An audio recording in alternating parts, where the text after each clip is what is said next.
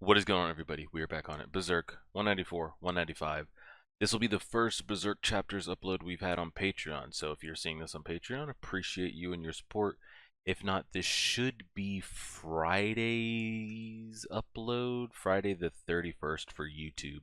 Patreon should be seeing this no later than like the 26th, something like that. Jumping into the story, I mean, Griffith can do no wrong. And I kind of posed the question at the end of last episode of like, if he does liberate these people from a war that they're losing, by the way, plague, sickness, famine, starvation, how do you view him? Because it's hard, because he can be viewed in two different lights. Both can be true. Like to this kid right here, I don't know. If this kid thinks does he think this is like too good to be true? Like he's like, this is amazing. You know, this looks like a town that's about to have supper. There's kids and women and it's almost like crazy of like how bad they were losing the war, the way it was made out to be seen. But he's saving these people from years of war and famine and starvation and slavery and raping and pillaging. It's like, yes, one group can look at him as a damn near god, the hawk, whatever you want to say, but he can also be a piece of shit at the same time. But it's also like, is there redemption? But the question is, and the problem is, there's nobody to reveal or call him out or put pressure on him or to expose what he really is. There's only two people. I mean, Ricker, but you know, that's probably not. Casca, she doesn't speak, so Guts. So what is he gonna do? Request an audience with Charlotte, with Princess Charlotte to, or Queen Charlotte now? I don't know, whatever she's going by, to like he's not what you think he is. But even if that were true with what he said, with what Guts was to say, like if Charlotte really believed that, or maybe there were some people in the court that believed it, it's like, think about it. You know, he disappeared, he was dead, to just come back. Like, it kind of makes sense. Um, on the other side of the coin, he has essentially saved them, so it's kind of fucked. Of like, damn, what you what you can be made to think about him on one side. And the problem is, it's not like it's a huge group. It's not like he ravaged an entire country and then just picked up and moved continents and like is going to start over again. It's literally only one person that's holding this grudge. So it's going to be tough. I mean, he's riding around literally with a cavalry that's just stepping on anthills. There's going to be no opposition, no nothing. So let's see how this plays out. Let's press play on that. Get that going. Everything's on. Mic is on. We're recording. All right, chapter 194. What high... Are we recording? Yeah. What high moral these soldiers have. Morale. To think I'd see such a spectacle in this land overrun by the Kashan and effectively in a state of anarchy. Yeah! My man literally woke up and all of a sudden he's in damn near heaven. Like, how does this happen overnight? No, keep your horse steadier. Try not to let these horses barrel move up and down. Are we teaching Kashan? What is happening? Kashan, those are Kashan, aren't they? That's right, that's right. What's the meaning of this? Why is the enemy... They aren't now. They're pledges. Oh, God. Hey. Yeah, hi. Although in their empire they would apparently be called war slaves? What the?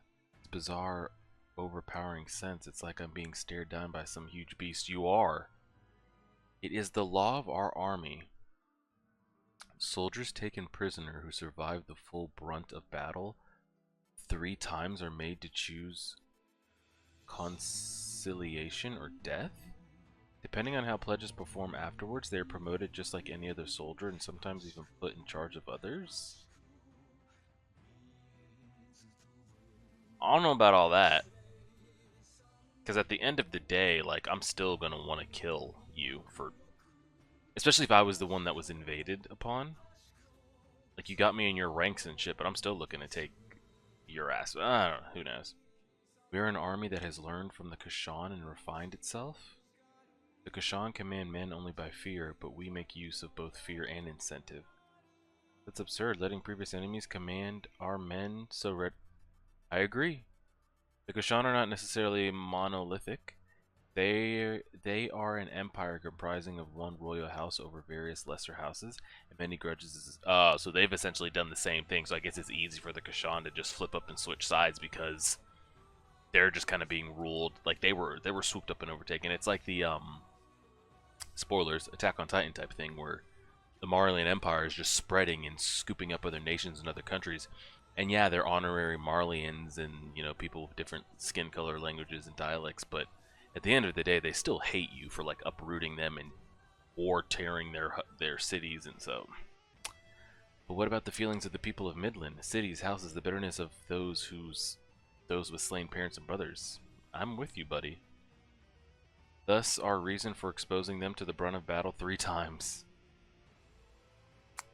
Our bitterness does not soon vanish, but their offenses are judged.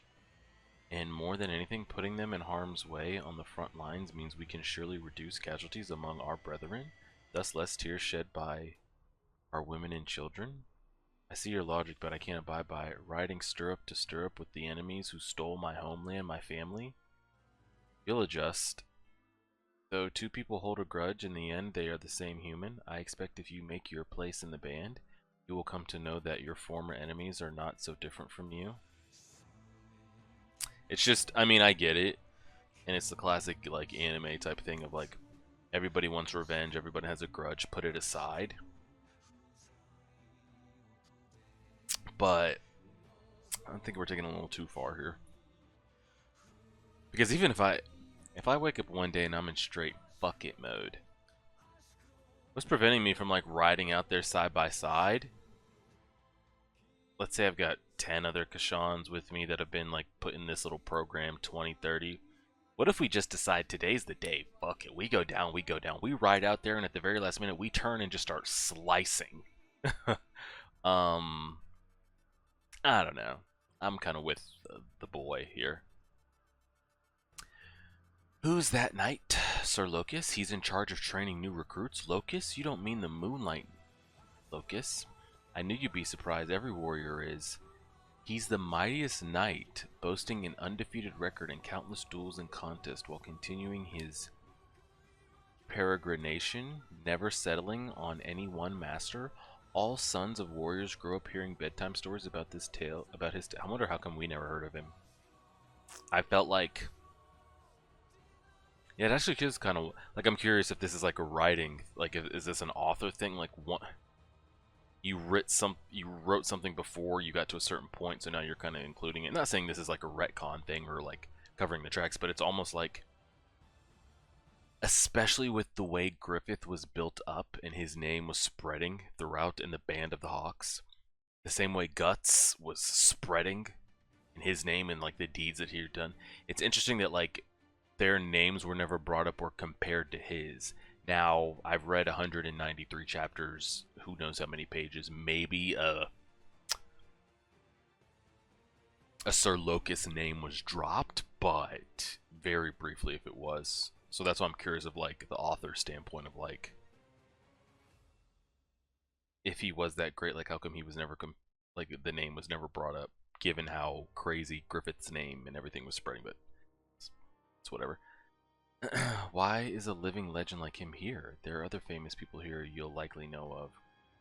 All these living legends that have accomplished all these crazy, like, wow, could a man really accomplish this? Are showing up. All these living apostles. I think there are things that will surprise you even further. As Sir Lucas says, even far more than the Kashan. This way's a shortcut. At least he seemed to be an apostle with some, like, are we saying he's an apostle? I mean, you see the eyes and just the presence and shit, and I don't know what he seems to be, reasonable, able to have a conversation. A lot of apostles that we see are just really just kind of like pieces of shit, even in like their human base form. But this seems like he's training new recruit. Seems alright. I don't know. This way's a shortcut. Watch your step. It's dim in here. Are you alright? Mm-hmm. Is this girl? Can she see through the darkness? Should I hold your hand? No. And it seems like she keeps reading my mind, or is it my imagination? What the fuck's going on here? I don't like this. I feel like this is another Nina Joachim situation of like, don't let this pretty girl just like lead you out here in the dark to be sacrificed type shit, you know? Like, have some dignity. Is this sword still on him? Yeah, it is. Okay, just be ready, bro. If you gotta behead her, take her ass out. What is this bizarre presence enshrouding the forest? Beast, a wolf pack? Danger. Hey, wait. Did we just get lured into like a sex orgy again? What is this? Like the apostles just hang out here in the middle of the night? Like what is this? Why am I here? Oh God. What the? You saw them in battle today too, didn't you? They're all called war demons.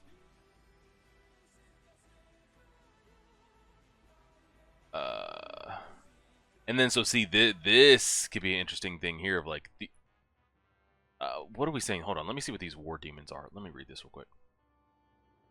That's much better than before. Earlier they were eating Kashan prisoners. Yeah, so like what the fuck is Sonia? You've come here alone again, girl? I'm not alone, put me down. Aren't you scared of us? You're an odd one. Just put me down already. What the hell are you doing? Get your hands up. I haven't tasted human meat in a long time. You're a bit too thin, though. I'll tell on you to Lord Griffith right here and now. Quit. Oh fuck, it's Guts' big brother. Like, am I tripping, or does he just look like a buffer Guts? Jesus. So are these so this is what I'm saying, they're war demons, whatever, that's what she's calling them. Are these are all just apostles, by the way? But here's the thing though, we've never even got clarification on this. Do apostles need to feed like this? Surely they need to eat like any other being, but like, is it like, does human flesh do them any better than like if they were just picking off deers and shit? What is she doing out here? Because clearly it doesn't look like it's... Because I was under the impression like, wow, Griffith really has them like so under control that like regular people are just walking through this like, oh, hey Bill, hey Todd, yeah, that's Justin over there. Like, I thought it was that under control, but this is clearly not that. So, what the fuck's going on here, guys? Somebody help us. And this Grunbeld, yeah, he looks like the second step. Like to get to where if we ever have to do our vengeance shit, looks like he's gonna be like the last grung before we have to deal with Zod.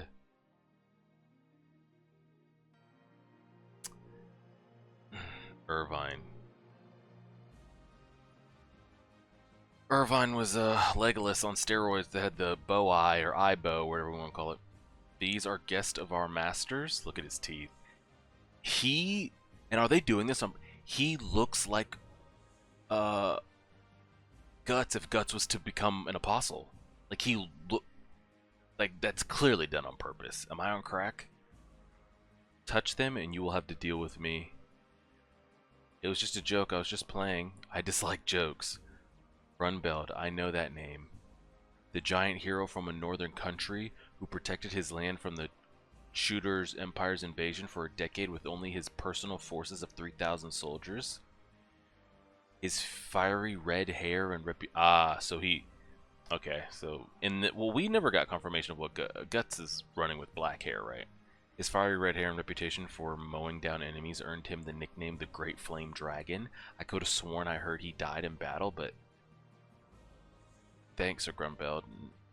Not at all. So did he die and decided like, hey, I'll do whatever, take my soul? Just, I don't know.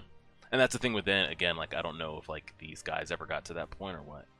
But you are defenseless, Miss Sona. Though you are the Hawk's medium, to walk around The Hawk's medium, so she does. I was about to say, she's not Sharika, is she? But no, she's not. To walk around here without a guardian, what use would a guard be against war demons? The Hawk's medium. The next time you come here, please inform me. Okay, the Hawk awaits. The Hawk awaits beyond there. Next time I'll bring you a corpse, our secret. Really? I'd like a woman. Miss Sonia. I'd love to see this animated. This exchange, this whole chapter. I'm not exactly certain. What the hell are they? I'm not exactly certain myself. Are they human? Ah, you'll understand.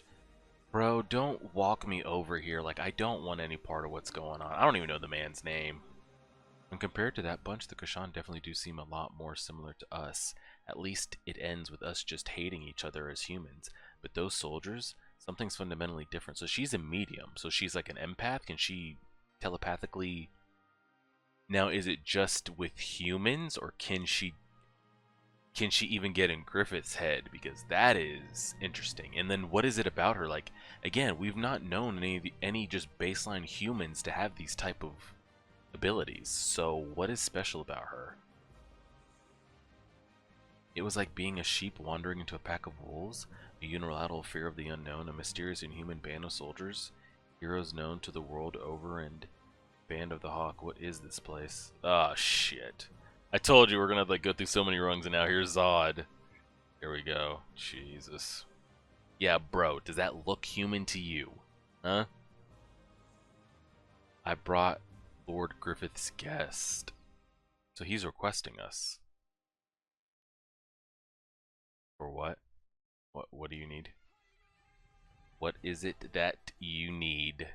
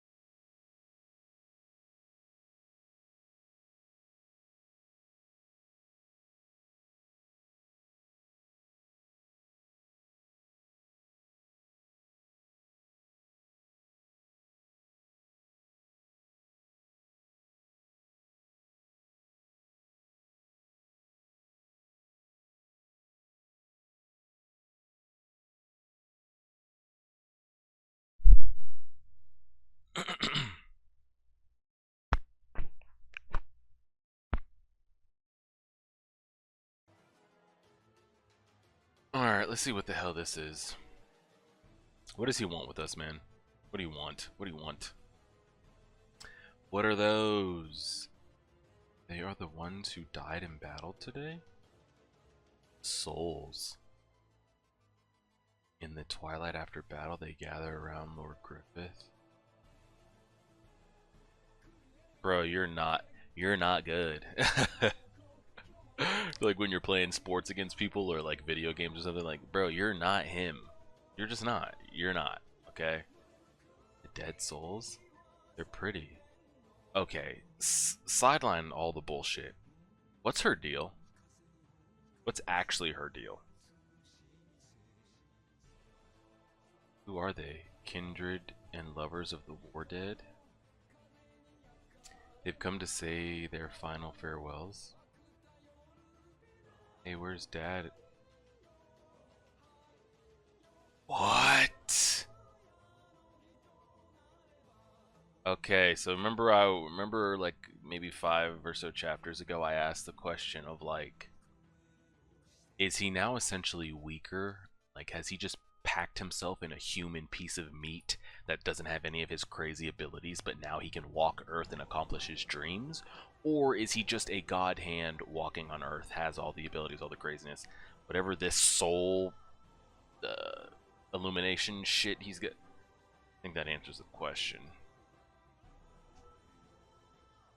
And how do you, like, how do you, I don't know. Like, my man knows, like, bro, you're with it. We're on the same page, right? We're not gonna end this chapter and he's gonna be like, oh, Lord Griffith, and like just assimilates. Like he seems very like conscious of like thinking here. How can you argue any of this? Do you see this? Like, do you see what he's doing? How can you even? I don't know, bro. It's like too good to be like. The man is letting people speak to their dead loved ones' souls before they. You can't make this shit up.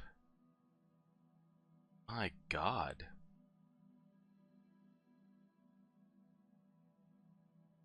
What the hell? You're not him, bro. You're not him. It's over. We're Griffith. You did well today, Sonia? It's nothing. It's like with you here, my power gets a lot stronger, Lord Griffith. We're just idolizing these false idols, and that's unfortunate, but what's she gonna do? But what is her ability? Like, what? How is her, just as a regular human girl, have this ability? That cluster of lights, where exactly did it go? To where they will become one. That is a good question. Where do they go? Because as far as we've seen this point in the story, there is no yin and yang, there is no balance, there is no heads and tails, there is no opposite side of the coin. Like, it's just all shit. It's all darkness, it's all hell, it's all bad. So when he says to become one, I'm thinking like with him, with the God Hand, with whatever. Come one, where is that? Heaven or else? Someday you'll know. That time comes for everyone. Don't let him swoon you, man. Stand tall. This is our first meeting, Lord Mule. I am Griffith, the leader of this band of... The way he says the leader of this band of the Hawk. Griffith, then this man really is the White Hawk. Forgive my hesitation, I'm Mule Wolfflame, youngest son of Lord of Lumius. Yeah, titles. Words cannot express my gratitude toward your rescuing my retainers and subjects in the battle earlier. I must be the one to offer thanks. The provisions you delivered will allow us to fight for several months. Voice that sounds invigorating. A war hero, I had imagined him to be a muscular, good-looking man, but he doesn't seem like a man or even human. That aside, What is this? These feelings that rose up just as I set my eyes on him. Oh my god, we got another one. I feel like this is I don't know if you guys have seen Mob Psycho.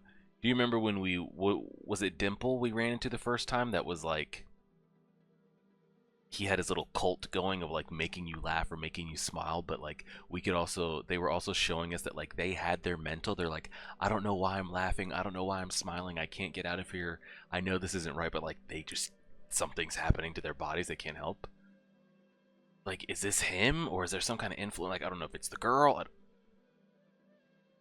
Why is he drawing his sword? Please, oh, okay. I thought he was going for the please, I ask you to accept this sword. Please, again, like, what am I? Like, he's having an inner conversation with himself. But then here's the thing: can you even have inner thoughts or a conversation around her? I don't think you can, and it be private. With this man, I've just met and with whom I've hardly exchanged a word. However, deepest within me, there's a voice, an inescapable, emboldened voice. I think she read our thoughts. She's about to hit him with some shit, Lord Griffith. Saying this is destiny?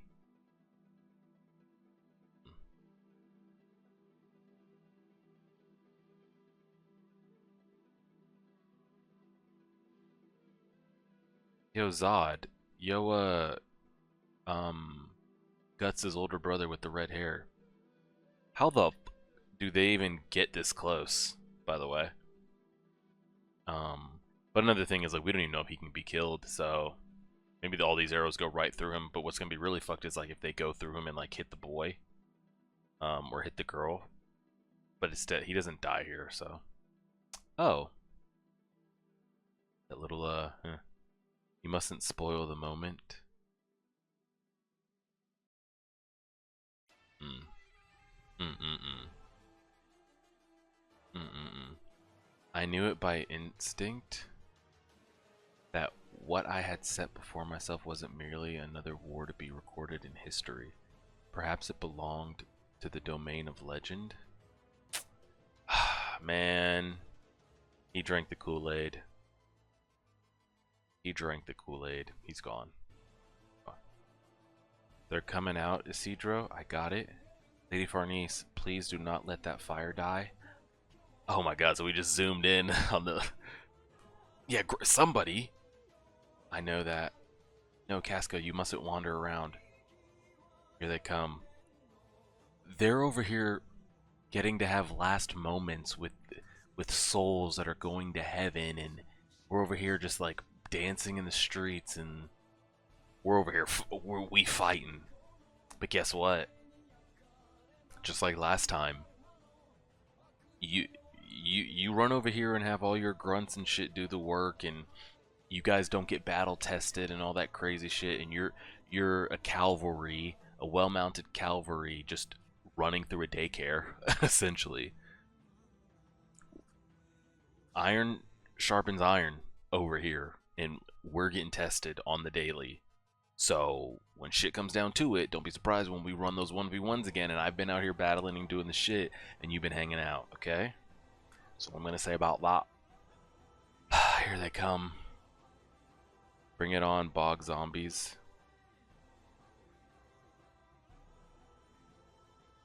Now you shall teach them the power of the elf dimension styles. I could just... No, I shan't. Ay, ay, ay, ay, ay. Okay, so we catch up with them here at the last. So this is, we haven't seen them in like, essentially 4 chapters. We got them for the last pages of 195.